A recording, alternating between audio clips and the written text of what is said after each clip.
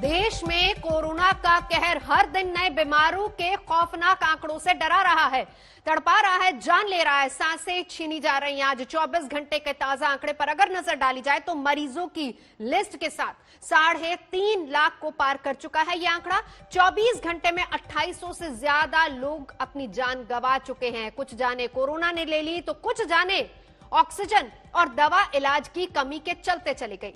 सवाल बहुत सारे हैं और सबसे बड़ा यह कि इतने दिन भी ऑक्सीजन, बेड, इलाज, दवा नहीं है तो लोग करें तो क्या करें, किसके दरवाजे पर गुहार लगाएं। यूपी, महाराष्ट्र, दिल्ली का हाल सबसे ज्यादा बेहाल है।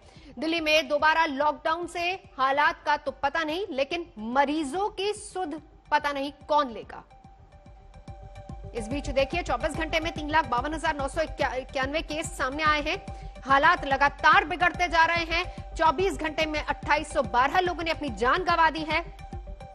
मामले लगातार बढ़ते जा रहे हैं। हालांकि ठीक होने वालों का आंकड़ा 2,19,000 के पार है। 2,19,272 के करीब लोग ठीक भी हुए हैं। 24 घंटे में 3,52,991 ये आंकड़ा जो डरा रहा है। 2800 से ज्यादा लोग अपनी जान गंवा चुके हैं। हालात लगातार खराब हो रहे हैं, लेकिन सवाल बड़ा ये, ऑक्सीजन, दवाइयां, बेड, इन तमाम चीजों का इंतजाम कौन करेगा। अरविंद केजरीवाल ने कल 7 दिन के लिए और दिल्ली में लॉकडाउन बढ़ा दिया, ये कहते हुए, या कहें कि फिर से ये कहते हुए कि अस्पतालों में सुविधाएं जो कम हैं उनको दुरुस्त किया जाएगा। ऑक्सीजन की अगर कमी है तो उसको दुरुस्त किया जाएगा, लेकिन अस्पतालों के दरवाजे पर, गेट पर जो लंबी लंबी कतारें एम्बुलेंस की लगी हैं, जहां पर मरीज इस इंतजार में दम तोड़ दे रहे हैं कि उनको इलाज मिलेगा, उनकी सुध लेने वाला कौन है। और इस बीच देखिए कालाबाजारी लगातार, चाहे वो ऑक्सीजन सिलेंडर्स की हो, रेमडेसिविर दवाओं की हो, या फिर वो कॉमन दवाएं जो कि आम जनता तक पहुंचनी चाहिए, कालाबाजारी लगातार चल रही है।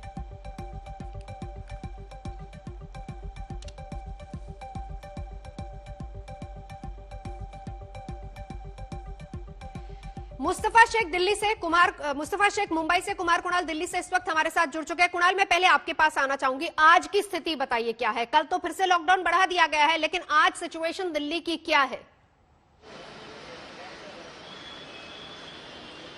देखिए, स्थिति जहां तक हम बात करें नवजोत, वो लगभग वैसी ही है जैसे पिछले 3-4-5 दिनों से थे। हालांकि सरकार का दावा है कि आज ऑक्सीजन की जो स्थिति है वो बेहतर हुई है, और हमें भी थोड़ा सा दिख रहा है कि जो SOS कॉल लगातार अस्पतालों की तरफ से आ रहे थे कि हमारे पास 2 घंटे का ऑक्सीजन है, हमारे पास 45 मिनट का ऑक्सीजन है, इस तरीके के जो लगातार मैसेजेज सोशल मीडिया पर या हमारे पास भेजे जा रहे थे अस्पतालों की तरफ से, उसमें थोड़ी कमी आई है। लेकिन स्थिति यही है कि 22,000 मामले अगर दिल्ली में एक दिन में लगातार आ रहे हैं, और वो तब जब कल सिर्फ 75,000 टेस्ट किए गए हैं।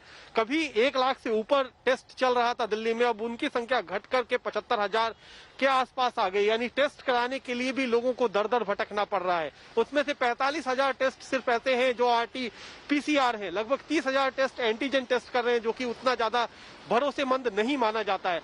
तो ऐसी स्थिति में क्या हम वाकई मान लें कि कंट्रोल है, क्योंकि 30% से ऊपर अब भी जो पॉजिटिविटी रेट है वो चल रहा है। यानी अगर 100 लोगों का टेस्ट हो रहा है तो 30 लोग पॉजिटिव आ रहे हैं।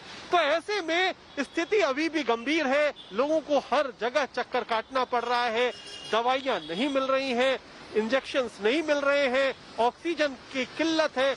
तो ऐसे में स्थिति संभली हुई नहीं है। लॉकडाउन बढ़ाया गया है।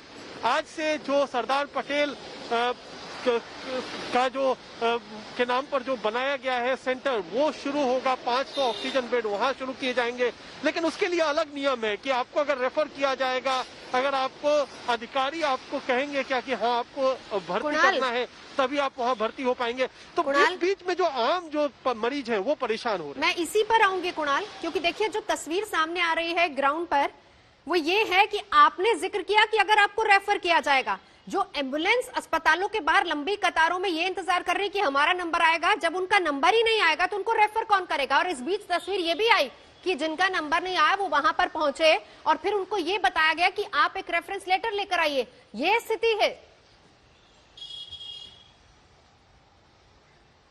बिल्कुल यही दिक्कत है कि रेफरेंस कहां से, जिसका टेस्ट नहीं हो रहा है। कई लोग ऐसे हमें मिले हैं जो कई दिनों से बीमार हैं, 4-5 दिनों से उनको बुखार आ रहा है, लेकिन उनकी जांच नहीं हो पा रही क्योंकि जो पैथ लैब्स हैं उन पर इतना ज्यादा दबाव है कि टेस्टिंग नहीं कर पा रहे। अगर टेस्टिंग हो रही है तो उसकी 48 से 72 घंटे या उससे भी ज्यादा लंबे समय के बाद उसकी रिपोर्ट आ रही है।